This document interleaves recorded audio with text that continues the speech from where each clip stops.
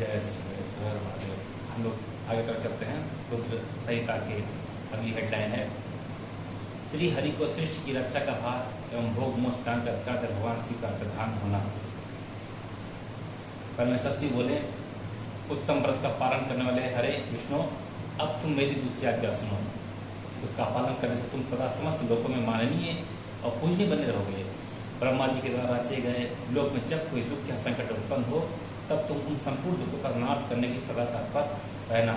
तुम्हारे संपूर्ण दुस्सह कार्यों में मैं तुम्हारी सहायता करूंगा।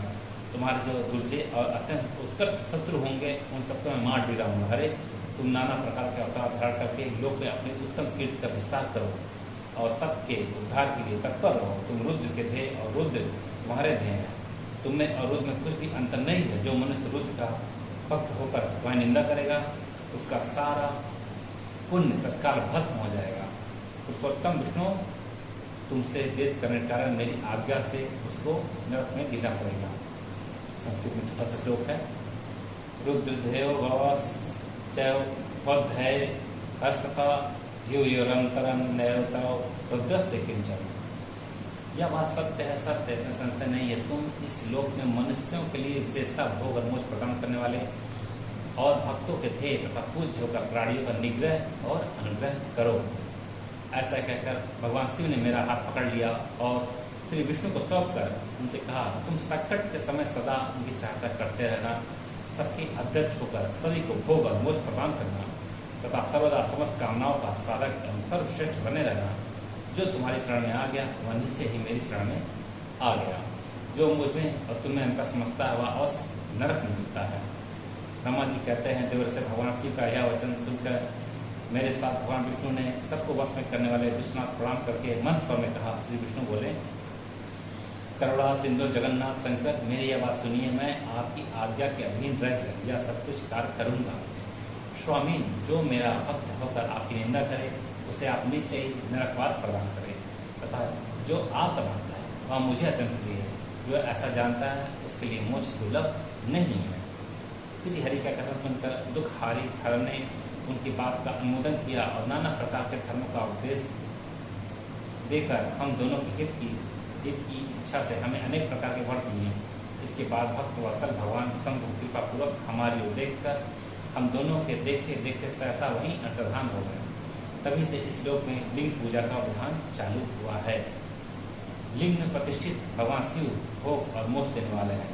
शिवलिंग की जो वेदी का आराधा है, वह महादेव का स्वरूप है और लिंग साक्षात महेश्वर का लय का अधिष्ठान होने के कारण भगवान शिव को लिंग कहा गया है। यहाँ पे क्या होगा, लय का अधिष्ठान होने के कारण यहाँ भगवान शिव को लिंग कहा गया है, क्योंकि उन्हीं में निखिल जगत का लय होता है। मामू ने जो शिवलिंग के समीप कोई कार्य करता है, उसके पुण्य फल का वर्णन करने की शक्ति मुझमें नहीं है। अब यहाँ पे कुछ संस्कृत में पढ़ते हैं। पहला है, रुद्र भक्तो नरो यस्तु तव निंदा करिष्यति तस्यं पुण्य च निखिलं रुद्रं भस भविष्यति नरके पतनं तस्य तव देशात् पुरुषोत्तम मत गया भवेति सत्य सत्य न संशय। दूसरा है, त्वा यह समासितो नूनम मामेव सा समासिता अंतरा यस्य जनाति मेरे पति ध्रुव।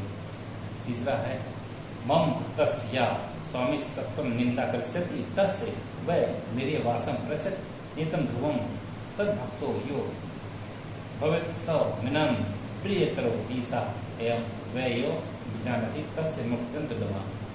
इस संस्कृत का श्लोक का समझने इसका मतलब क्या है कि श्री हरि जो मानते पूछते को शिव की बुराई नहीं करनी चाहिए, शिव को मानते पूछते हैं, जो श्री हरि बुराई नहीं करनी चाहिए, दोनों को एक ही मानते हैं, वही सही है। उनको पाप का भागीदार होना पड़ेगा। इन तीनों श्लोक मैं हिंदी प्रकाश में हूँ, तीनों का श्लोक मतलब वही है जो मैं अभी हिंदी में पढ़ा हूँ। अब देखिए, ये संस्कृत में खास बात है कि बहुत ही कम शब्दों में बहुत सारी बातें कह जाते हैं और हिंदी में इसको ट्रांसलेट करने के लिए काफ़ी बड़े शब्दों का इस्तेमाल करना पड़ता है। तो प्रभु मिलते हैं थोड़ी देर में। हर